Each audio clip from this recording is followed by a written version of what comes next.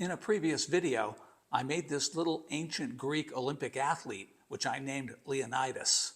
My friend Betty liked him so much that she bought two Preiser kits, one with men and the other with women. When I heard that, I said, I want to make a female figure to go with my male figure.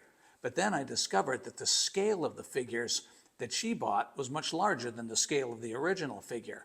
So now I have to make both a male and female figure. You can put these parts together to make a lot of different poses, but for this video I thought it was simpler to pick parts that had already been designated. I like these two poses the best.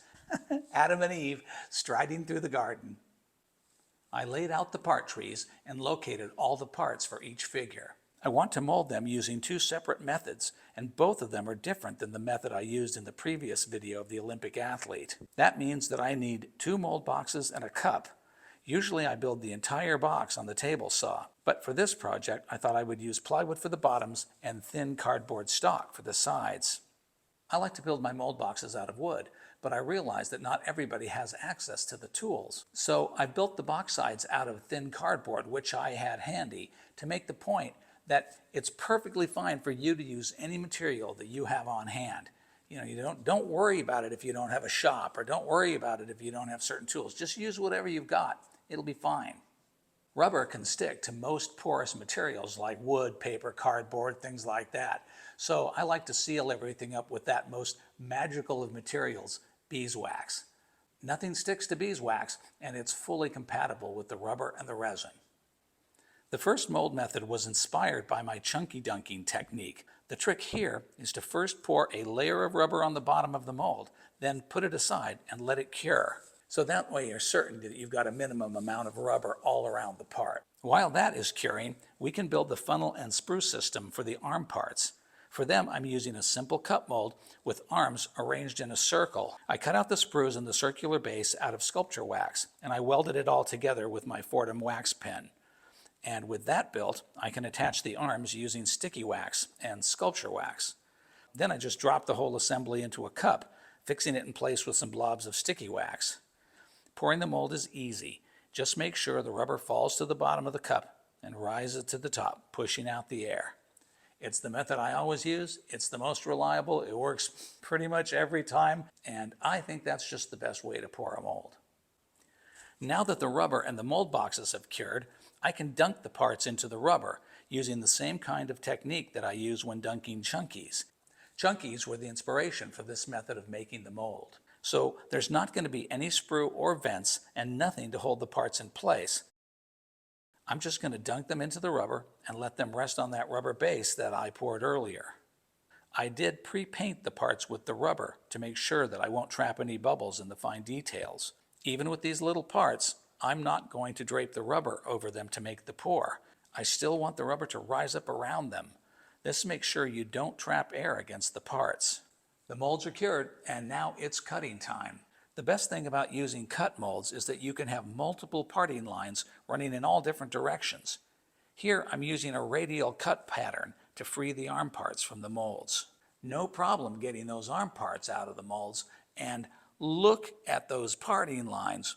What parting lines, you say? Exactly, what parting lines? They are just perfect, nearly invisible. Cutting the parts free from the box molds is a bit trickier because I don't have any sprues or vents or anything to indicate where the parts are in the mold. I just have to feel my way and sort of guesstimate where the parts are. This is actually working out better than I had hoped, and I'm making a nice jagged parting line so that the two halves of the mold will interlock and not slide around. With any luck, this will keep the mold in register, and we should have decent parting lines. What I won't do is cut the two mold halves apart. Even though this is a squish mold, it's still a one-piece cut mold. And that means you never cut the mold into separate pieces. You leave them connected so they'll always register well when you close the mold. Plus, this hinge will let me flip the mold closed, and I don't have to fuss around getting the thing in register. And if you do it quick enough, you don't have resin falling out, draining out of nothing. It just flips closed, and it should work out okay. It's time to pour some resin. Let's do it. I mixed up a color that I hoped would produce a reasonable flesh color when cured. Even though the arms are a single mold, I made sure to give each one a separate funnel.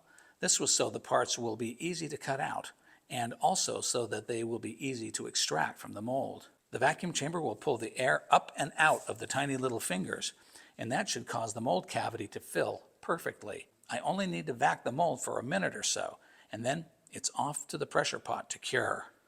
The trick to doing squish molds is to pre-fill each half of the mold and cure that fill. That way, when you close the mold together, the only part of the mold you're squishing, the only region that you're squishing is the part in the middle. All of the parts with the details, like in the face or hair, the real details are already molded. And so you have a much lower chance of catching bubbles. It is possible that you might have to do 2 or more pre-pours before you do the final squish. Make sure you don't overfill the mold in the pre-pour stage, because otherwise you will create a big, wicked parting line where the excess rubber spilled out over the parting surface. I'd like to brag that all of the parts came out perfectly the first time, and some of them did, but I had to pour them a couple of times before I could perfect my technique and start to make usable parts. To be honest with you, overall, I'm not pleased with the quality of these parts.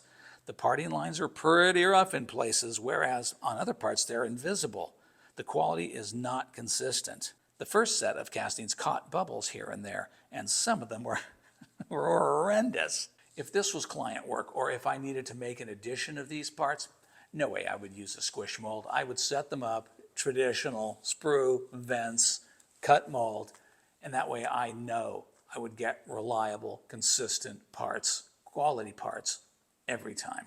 It would take a lot longer to make the molds, but the time savings at the back end, the casting end and the cleaning end, more than pay for it. The more time and effort you invest in your molds, making clean, tight, quality molds, the less time you'll spend casting the parts, and way, way less time cleaning and finishing the parts.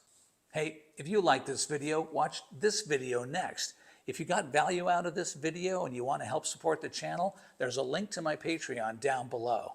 For a one-time contribution, you can also use the Super Thanks button in the description below. Thanks for watching. I'll see you next time.